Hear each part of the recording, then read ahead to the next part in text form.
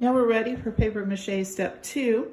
We've got your foil armature created of your sculpture. You're going to need some newspaper and some paper mache glue. So first thing you're going to do is tear some strips from the newspaper. It will tear nice and straight as long as you're tearing opposite the way you would read it. So this one, you can see nod to Sprint and T-Mobile. So I want to make that so that I'm reading it, start at the top edge, and then you'll be able to tear strips all the way down like this.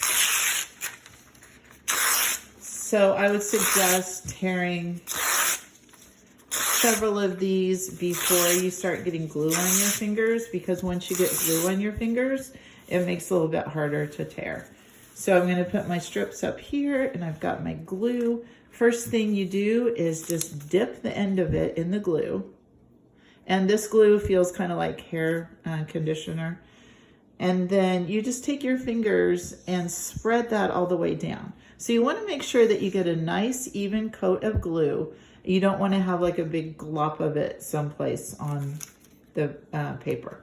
Then you're going to hold one place with your thumb, and this end, you're going to start wrapping it around.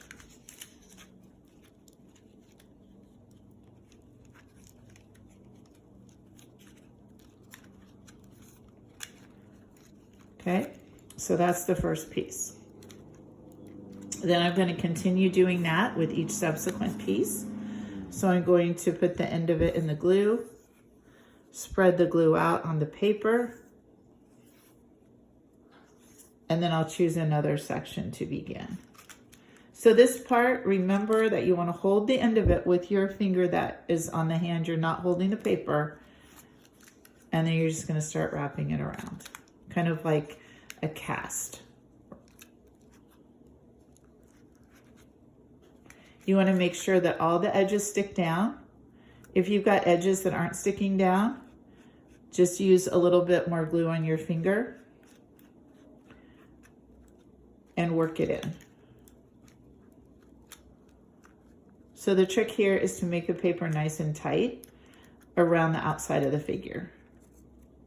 If it's loose, it won't stay. You're going to keep doing that until you cover all of it with the paper. You need at least one layer of paper everywhere. And then after your first layer dries, you're probably going to want a second layer, because the goal here is to make this nice and smooth. At this point, you might want to squeeze a little bit more if there are parts of the figure that you want to be thinner, like maybe the ankle. You might want that to be a little bit thinner. And if you do, you could kind of squeeze the paper down more at that point. So that's all there is to it. You just keep wrapping until it's all finished, and then you're ready for the third step.